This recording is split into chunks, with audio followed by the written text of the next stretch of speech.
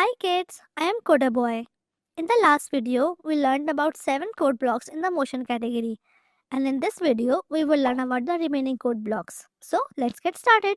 Here we have another code block, point in direction, which means we can set our sprite's direction or angle.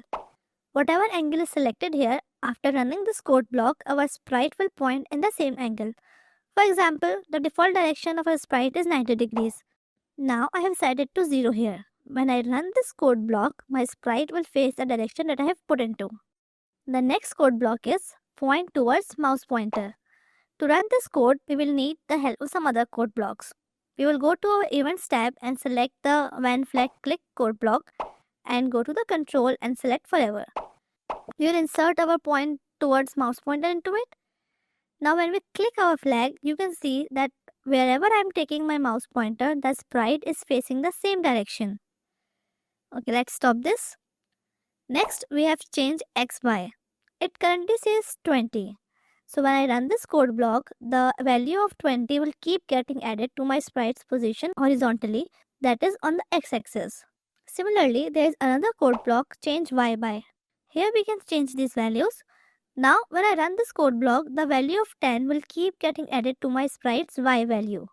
These two codes keep adding the value we inserted into them to our current position. After that, we have the next code block, set x to. Right now, the same value is written here as my sprite's current x value. Now I'll change this to 50. And when I run this code block, my sprite will change its position and come to the x position of 50. But if we run it again, our sprite will not change its position.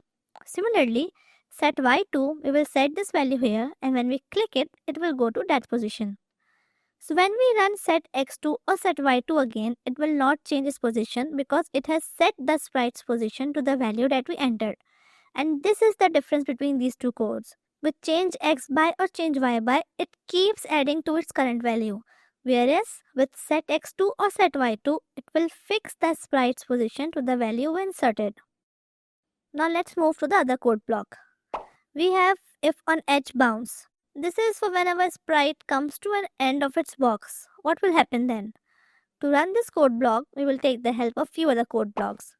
First, we will bring the when flag click block from the events tab, and then forever block from control tab, and we will insert if on edge bounce motion code block. To understand this block well, we will add another code block here, move 10 steps. Now we run the flag and you can see when it takes its steps and reaches the edge, it comes back. But you can see that our sprite becomes upside down when it comes back. How do we fix this? For this, we have another code block, set rotation style.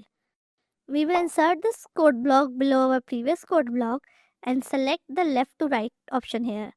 Now when we run this, our sprite will go to the edge and bounce back, but it won't be upside down. It will go forward, bounce off the edge and come back.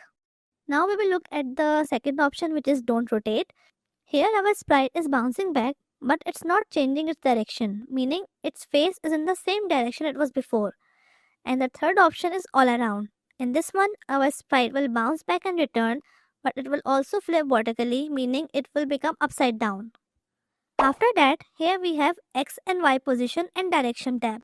If we check this box here, the XY value of our sprite and its direction value will be shown here. So kids, we have discussed all the code blocks in the motion tab. Now watch this and practice with the code blocks, and I'll see you in the next video. Goodbye.